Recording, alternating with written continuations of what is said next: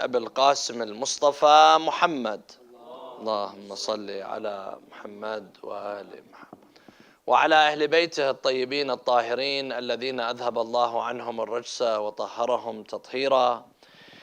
I begin by congratulating you all on the birth of Imam Al-Hassan Al-Mujtaba alayhi salam. The 15th of the holy month of Ramadan, a day like today, is the birth anniversary of Imam Al-Hassan, the second Imam of Ahlul Bayt. And Imam Al-Hassan alayhi salam was the first grandson of Rasulullah sallallahu alayhi wa alihi, and he was born in Medina in the 3rd year after the hijrah of Rasulullah sallallahu alayhi wa alihi. Of course, when Imam Al-Hassan was born, Rasulullah sallallahu alayhi wa alihi became very joyful, very happy. And the hadith tells us that after his birth, Rasulullah goes to see Imam Al-Hassan, and he carries this newborn baby, and he asks Amir al-Mu'mineen Ali ibn Abi Talib, he tells him, "Oh Ali, what have you named your son?" Imam Ali alayhi salam, he says, "Ma kuntu li usammih qabla Rasulillah sallallahu alayhi wa alihi." He says, I would not name my son before Rasulullah, meaning I will have this privilege and this honor be by Rasulullah. I want Rasulullah to name my son. Even though the father is the one, the father and the mother, they have the right to choose, but Amir al-Mu'mineen, he says, I have Rasulullah sallallahu alayhi wa alihi decide the name. And then Rasulullah, he says, and I shall not name him until Allah names him. And then Jibreel comes down and he tells him, Ya Rasulullah, Allah sends salam to you, and he tells you to name your son Shubbar. Shubbar was the name of the son of which prophet? Shubbar wa Shabir. Harun. Prophet Harun. So the Shubbar and Shabir are the sons of Harun. And Allah subhanahu wa ta'ala orders Rasulullah to name Imam Al-Hassan Shubbar. So Rasulullah tells him, this is not an Arab name. Give me an Arabic name. So he tells him Hassan. And this is why it's Hassan wa Hussein and Shubbar wa Shabir. So why, what's the significance with Harun? Why naming after the sons of Harun? Because Harun was the one who was left in the position of Prophet Musa alayhi salam. وَوَعَدْنَا مُوسَى 30 لَيْلَةً وَأَتْمَمْنَاهَا بِعَشْرٍ فَتَمَّ مِيقَاتُ رَبِّهِ 40 لَيْلَةً وَقَالَ مُوسَى لِأَخِيهِ هَارُونَ اخْلُفْنِي فِي قَوْمِي وَأَصْلِحْ وَلَا تَتَّبِعْ سَبِيلَ الْمُفْسِدِينَ. So Imam Ali, he is what Harun is to Musa, and he is to Rasulullah, because Rasulullah sallallahu alayhi wa alihi, he says, أَنْتَ مِنِّي بِمَنْزِلَةِ هَارُونَ مِنْ مُوسَى إِلَّا أَنَّهُ لَا نَبِيَّ بَعْدِي.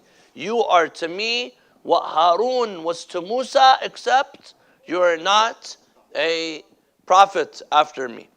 So here Allah subhanahu wa ta'ala was sending messages to the world that just like Imam Ali is what Harun was to Musa, Imam Ali to Rasulullah, and Imam Al-Hassan, Imam Al-Hussein, they are like the children of Harun. So Imam Al-Hassan alayhi salam, when he was born, Rasulullah sallallahu alayhi wa alihi had a very strong bond and strong relationship with Imam Al-Hassan. And he says, Al-Hassanu minni, Hassan is from me and I am from Hassan. Al-Hassan wal-Hussein Sayyida Shababi Ahl al-Jannah. Hassan and Hussein, they are the masters of the youth of paradise. And many narrations that show us that Rasulullah sallallahu alayhi wa alihi used to show that love and admiration to Imam Al-Hassan alayhi salam. And Imam Al-Hassan alayhi salam, he grew up to be one of those individuals who was a true representative of Islam.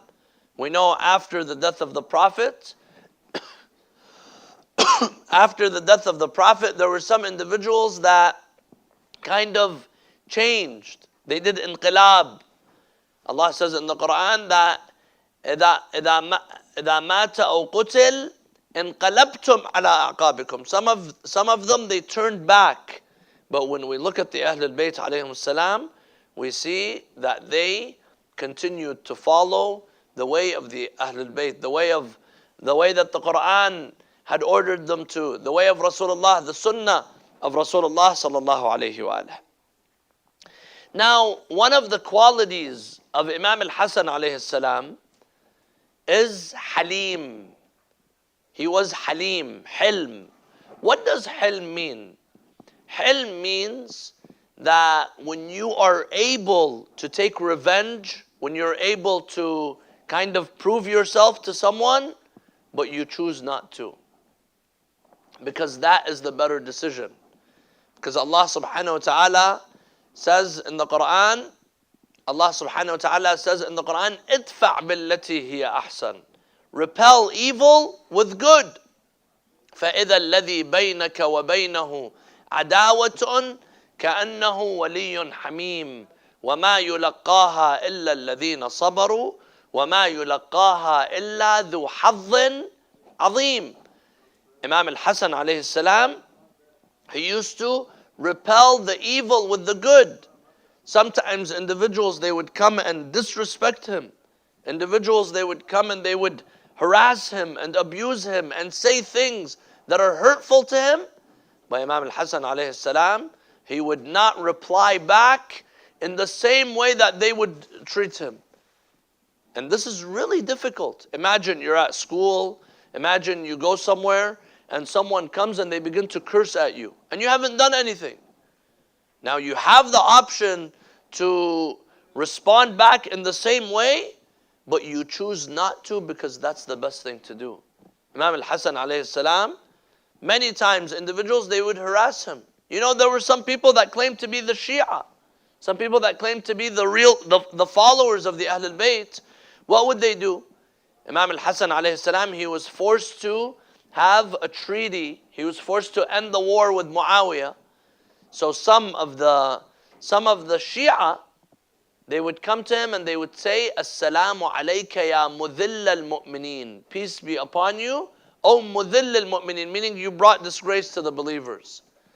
One day Imam Al-Hassan alayhi salam, he's praying and someone comes and snatches the prayer rug from under him. And Imam Al-Hassan alayhi salam falls. Look at Imam Al-Hassan alayhi salam. Look at the cruelty. Look at the way they used to treat the Imams. Imam Al-Hassan, one day he's riding, after that peace treaty, he's riding a horse and a man comes with an axe and he strikes him in his leg, in his thighs. And they began to harass him. But Imam Al-Hassan alayhi salam never reciprocated in the same way that they treated him. And this is the akhlaq of the prophets. This is the akhlaq of the Imams.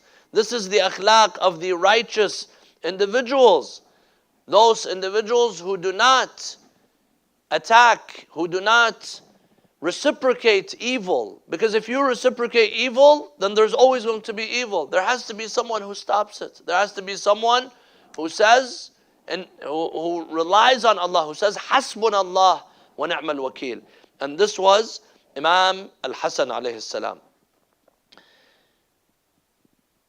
Another quality in Imam Al-Hassan alayhi salam, we said he has the hilm. Imam Al-Hassan is also known for his generosity. When they talk about Imam Al-Hassan, they say Kareem Ahl al-Bayt. He's the generous one of the Ahl al-Bayt. And generosity, it's associated with Iman. The more Iman you have, the easier it will be to give in the way of Allah subhanahu wa ta'ala. Now there are some people, they spend for themselves, for parties, for their houses, for all of that. There's nothing wrong with that. But Allah says extravagant spending for yourself, for worldly benefit, is israf. This is israf. Sometimes it could be tabdhir, if you're just taking something and you're not benefiting from it. However, giving in the way of Allah subhanahu wa ta'ala, this is something that is recommended. This is something that is good. Of course, you're not supposed to give in a way where you burden yourself. Allah tells the Prophet, because Rasulullah sallallahu alayhi wa one day a man comes to him and he asks him, give me. The hadith says Rasulullah, he gave him his shirt. And then the Prophet wants to leave. He doesn't have anything. So Allah subhanahu wa ta'ala says in the Quran, don't stretch your hands out all the way and don't keep it all the way to yourself. Meaning, do something that is normal. You're not required to give from your own sustenance. The Ahlul Bayt alayhim salam, when they do, this is an example for us. And of course, we have to try to follow in their example. In a hadith, a man, he died and he gave away all of his money. And then Rasulullah saw that his kids, they were begging in the street. So the man had money, he gave it all away. And then his kids were begging in the street. Rasulullah, after the man was buried and he died, Rasulullah, he said, if I had known earlier, I would not have allowed him to be buried in the Muslim cemetery. Meaning, he saved the problem here, he saved the poor, but then he came and he made his own children poor. That's also not required. Allah wants us to live a balanced lifestyle. Don't be someone who's collecting all for themselves and you don't give any, and don't give everything away. This is why we have an Islamic finance system. This is why we have khums. This is why we have zakat. This is why we have sadaqah. It's the mustahabba. And through the Islamic finance system, we are able to give. Imam Al-Hassan alayhi salam, of course, he's an imam and he knows what is right at the right time. Imam Al-Hassan, the hadith says, he gave away all of his wealth in the way of Allah 2 times. قَاسَمَ اللَّهِ فِي مَالِهِ مَرَّتَيْن. 2 times in his life he gave away everything. Now of course he still had a house, he was living in a home, he had what he needed, but he gave away. Meaning he had money, gold or silver, and he gave it all away to the poor people. And he did that twice. What does that mean? That means when you give in the way of Allah, Allah is going to give you right away. Allah is going to give you. Allah is not going to, when we spend on ourselves, Allah gives us. Now imagine when we spend on God. Of course, Allah subhanahu wa ta'ala is going to give us. And this is a sign of Iman. And then the Imam alayhi salam, he gave away half of his wealth. قَاسَمَ اللَّهِ. He بَذَلَ كُلَّ مَالِهِ مَرَّتَيْن وَقَاسَمَ اللَّهِ فِي مَالِهِ 3 مرات. And 3 times he gave away half of his wealth in the way of Allah subhanahu wa ta'ala. And this, my dear brothers and sisters, this generosity is associated with faith. Imam Al-Hassan, he used to give, they say, يُنْفِقْ مَنْ لَا يَخَافُ الْفَقْرِ. He used to give in a way where he's not afraid of poverty. Why don't we give? Because we're afraid of poverty. We're afraid that we're going to be in need. But if I have tawakkul on Allah subhanahu wa ta'ala, then Allah is always going to provide for me. And there are several examples of the Ahlul Bayt alayhim salam giving in the Quran. وَيُطْعِمُونَ الطَّعَامَ عَلَى حُبِّهِ مِسْكِينًا وَيَتِيمًا وَأَسِيرًا in Surah Al-Insan. In another verse, وَيُؤْثِرُونَ عَلَى أَنفُسِهِمْ وَلَوْ كَانَ بِهِمْ خَصَاصَةٌ. And they give that from which is theirs. Meaning the Ahlul Bayt, they sleep hungry and they give in the way of Allah subhanahu wa ta'ala. And this generosity is an admirable trait in Islam. And Imam Al-Hassan alayhi salam, he had it. There was a man in pre-Islamic Arabia who was known for his generosity. What's his name? Hatim al-Ta'i. Hatim al-Ta'i was known to be from the most generous of the Arabs. And he died before Islam. He died before Islam, but Rasulullah praised him. Even though he died not in Islam, Rasulullah said his generosity will protect him. His generosity will help him. Even though he did not join the religion of Islam. That means these good traits that you have, they benefit you. Hatim al-Ta'i, his son and his daughter. His son, his name is Adi. He becomes a Muslim and he becomes a staunch Shia of Ali ibn Abi Talib. And his daughter, Safana, she also becomes a Muslimah and she comes to Rasulullah, and Rasulullah, when he sees that she joins the religion of Islam, he honors her. Why? Because she was honored before Islam. And Rasulullah says, أَكْرِمُوا عَزِيزَ قَوْمٍ ذَلٍ. Meaning if someone was aziz, if someone was respected in a community, they come to you, you have to respect this person too. Even if they're not in your community. And these are the akhlaq of Islam. This man, Adi, he was one of the supporters of Amir al-Mu'mineen. And he had 3 sons. He had 3 sons. One of them, his name was Turfa, the other is Turafa and Tarif. So these individuals, they were the sons of Adi ibn Hatim al-Ta'i. And once Amir al-Mu'mineen, the Khilafah came to him, battles and wars were waged against Amir al-Mu'mineen. So this man, Adi, he comes and he puts his sons on the line. And all 3 of his sons were killed in defense of Ali ibn Abi Talib. And he also lost his eyes. He lost his eyes. Then year 40 after Hijrah, Amir al-Mu'mineen, he was struck in the mihrab and Amir al-Mu'mineen died. Adi ibn Hatim al-Ta'i, he was called to Damascus.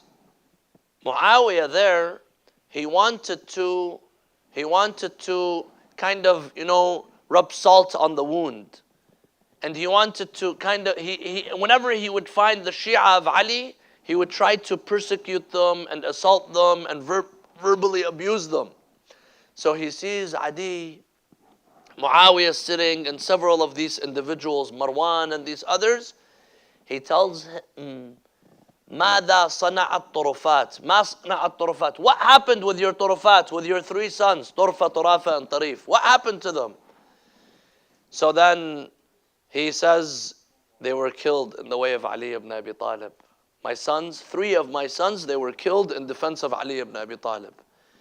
So then Muawiyah, he tells him, ما أنصفك Ali. Ali was not fair with you. Where his sons, Hassan and Hussein, they remained, but your sons, 3 of your sons, they were killed. And this man, he had lost his eyes as well. So this was right after the martyrdom of Amir al-Mu'mineen. What does he say? He says, no, I was not fair to Ali ibn Abi Talib, because Ali ibn Abi Talib died and I'm still alive. Look at the generosity. This all stems from generosity. His father was the most generous of the Arabs. He became a person who had the iman. He gave his children to Ali ibn Abi Talib, and when they tried to bring him down for that, he says, no, I did not give enough in the way of Ali ibn Abi Talib. So you see that generosity is associated with faith. And of course, the most generous of the Arab, even more generous than Hatim al-Ta'i, was Rasulullah and the Ahlul Bayt alayhim salam. The ones who sleep hungry, the ones who give their food, the ones who give everything they have for the sake of Allah subhanahu wa ta'ala. One day Imam Al-Hassan alayhi salam, he's riding a horse, and Imam Al-Hassan, he had the hayba, meaning that when they see him, they see this chivalry, they see this the beautiful looks. He had the hayba of Rasulullah sallallahu alayhi wa alayhi. He's riding a horse, and he passes by a group of poor people, workers. If you sometimes in the street you find workers, they're waiting for a job, they're sitting, they're eating on the ground. These individuals, they see Imam Al-Hassan, and they're sitting and they're eating. They tell him, Yabna Rasulullah, tfaddal, Yabna Rasulullah, join us. Now, some people, when they have so much wealth, when they have so much status, if someone beneath them tells them, come and eat with me, they'll get insulted, right? They'll get insulted. You're telling me to come and sit with you? Imam Al-Hassan alayhi salam, he comes down from his horse.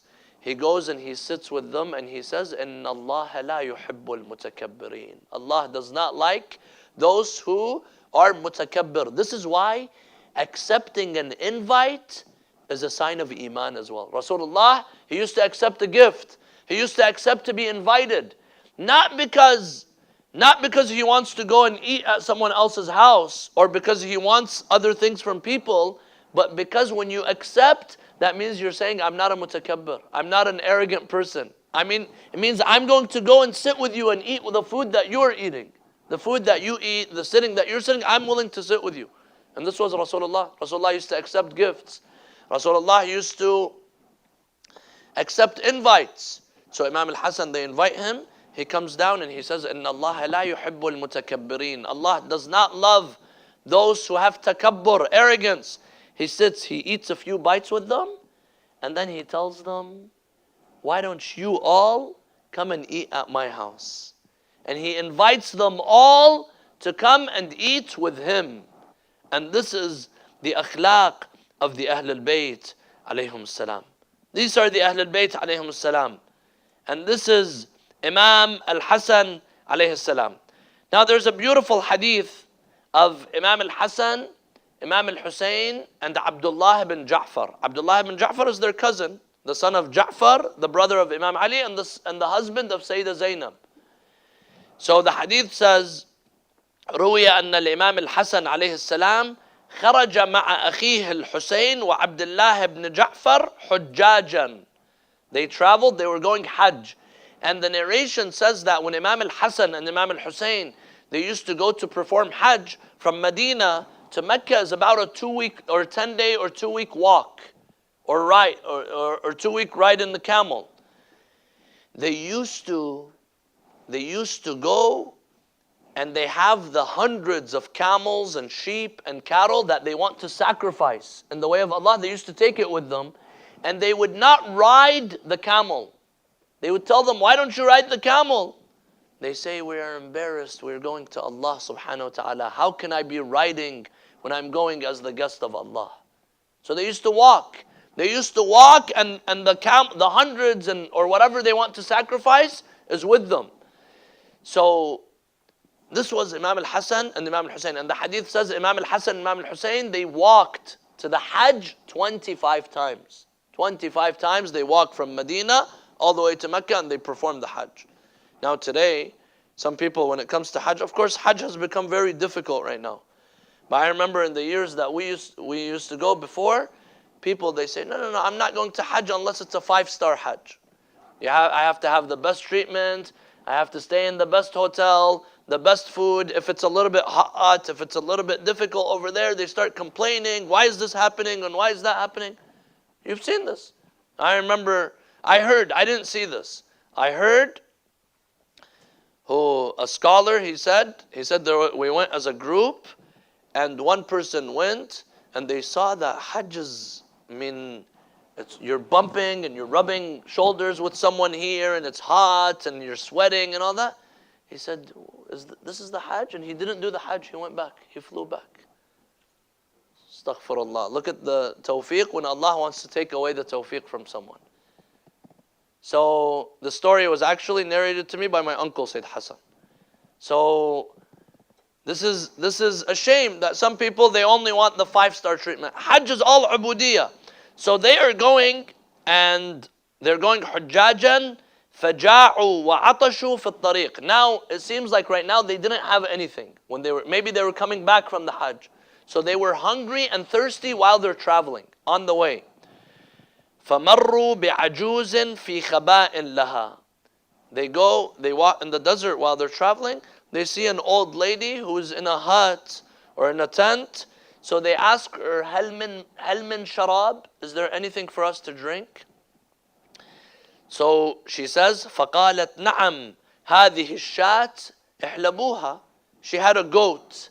She said, yes, this goat, go and milk it. Go and milk it and drink the milk from it.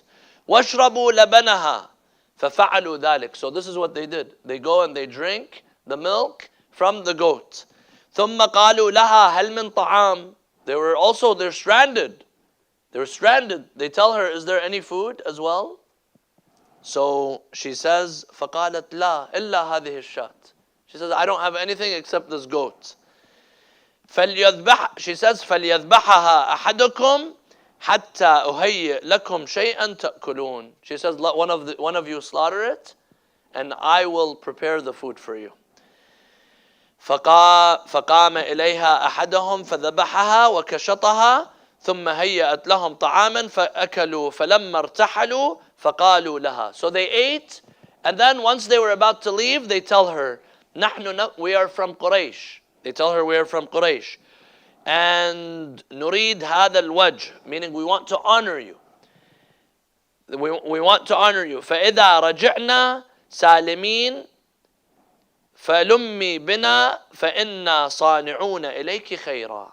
They tell her, when we're going to go back, when we go back, if we make it back safely, you come to us and we will treat you in a way. We will treat you in a way that you would like to be treated. ثم ارتحلوا. And here, her husband, the hadith says her husband, وأقبل زوجها وأخبرته عن القوم والشاة. And her husband became very angry. Sometimes you find in a marriage, one person is more generous than the other. And one person tries to stop the other. So her husband here, he comes and he says, why did you give? You only had one sheep and you gave it away. فغضب الرجل. And then he says you go and you slaughter the sheep to a group of people that you don't even know them. You don't even know them. And this shows the iman that she has, the good lady that she was. So then after a while, this lady, she was in need. So she goes to Medina. She goes to Medina, and she was walking in the Medina, and she does not know who to look for. But Imam Al-Hassan alayhi salam, he saw her. Imam Al-Hassan, he saw her. فَإِذَا بِالْحَسَنِ عليه السلام على باب داره فسلمت عليه فعرفها الإمام وأمر أن يشترى لها 1000 شاة وتعطى 1000 دينار. Imam Al-Hassan alayhi salam, he orders that 1,000 sheep are given to her. She gave one. He says, give her 1,000, and he gives her 1,000 dinars. And then he sends someone, one of his helpers, he tells that person, go and take her to my brother Imam Al-Hussein. So she goes to Imam Al-Hussein alayhi salam. So Imam Al-Hussein, he tells her, Bikam wasalaki akhi Al-Hassan. How much did my brother Hassan give you?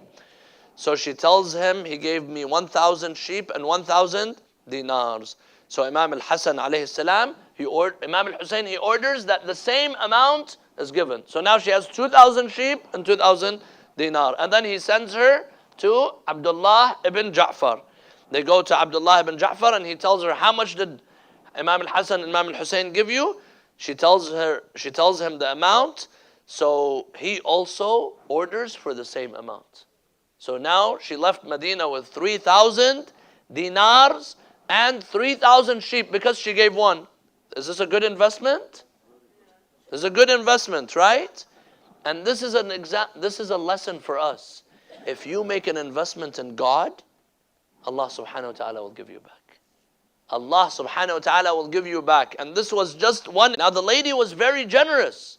She gave all that she had, but they also did not do her injustice. She gave one and she got 3,000. 3,000 sheep and 3,000 dinar. And this is the blessings of the Imams of the Ahlul Bayt alayhim salam. Sallu ala Muhammad wa ali Muhammad. One day Imam Al-Hassan was asked, why is it that you never reject someone? Anytime someone asks you, you give them. And this is also from the akhlaq of the mu'mineen. Sometimes people, they ask me, there are homeless people that are on the street, on the corner of the street. Should we give them? We don't trust them, We have narrations that say give everyone who asks you. You don't have to give so much. Give $2, give $1, whatever it is. لا ترد سائلا. Don't reject someone unless you know you have 100% yaqeen and certainty that this person is going to go and, for example, buy alcohol with it. But if you don't have that certainty, then you could give them. Or maybe you could give them food. You could give them a blanket. You could give them a shirt. Give them something that they will benefit from. So Imam Al-Hassan, he was asked, لأي شيء لا نراك ترد سائلا. Why do you never reject someone who asks you? He says, إني لله سائل وفيه راغب. Because he says, because I'm asking God.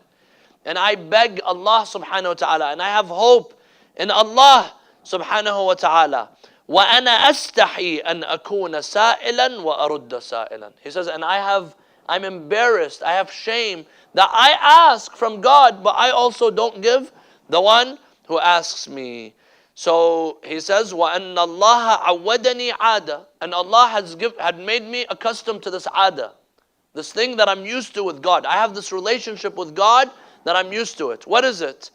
أَنْ يَفِيضَ نِعَمَهُ عَلَيْهِ. God has never stopped giving me.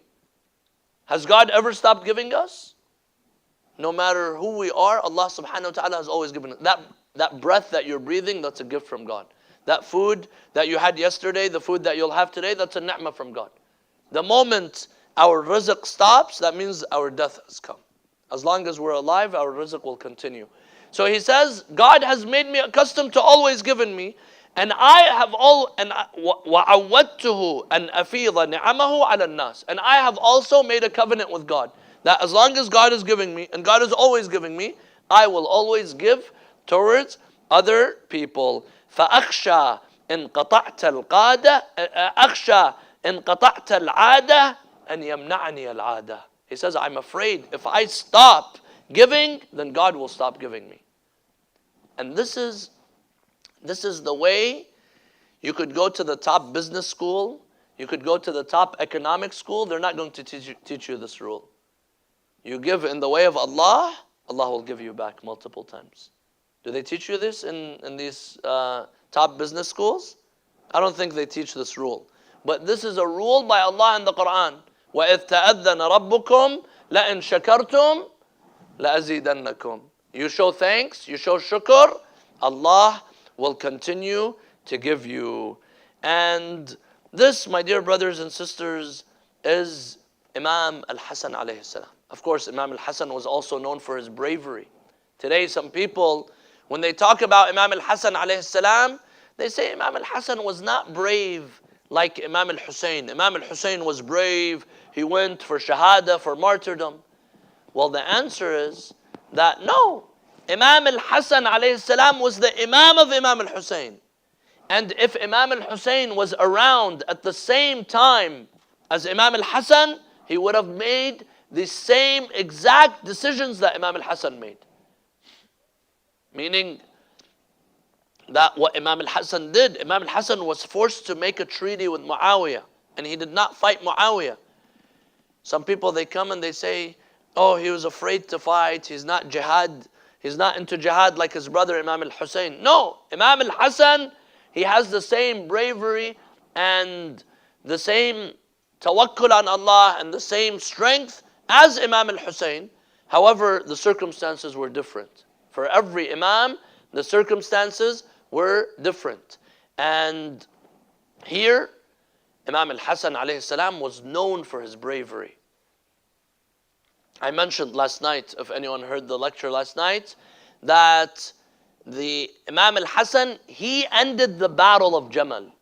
The battle of Jamal that was waged against Imam Ali alayhi salam, the one who effectively ended it and brought an end to that battle was Imam Al-Hassan alayhi salam, because he brought down the camel that the wife of the Prophet was sitting on. Imam Al-Hassan, he went, and it was heavily fortified and protected.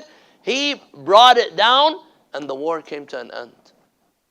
The battle came to an end when he ended the battle. And this shows the strength of Imam Al-Hassan alayhi salam. We ask Allah subhanahu wa ta'ala to make us from the loyal and sincere followers of this great Imam Al-Hassan alayhi salam, and we congratulate you all on his birth.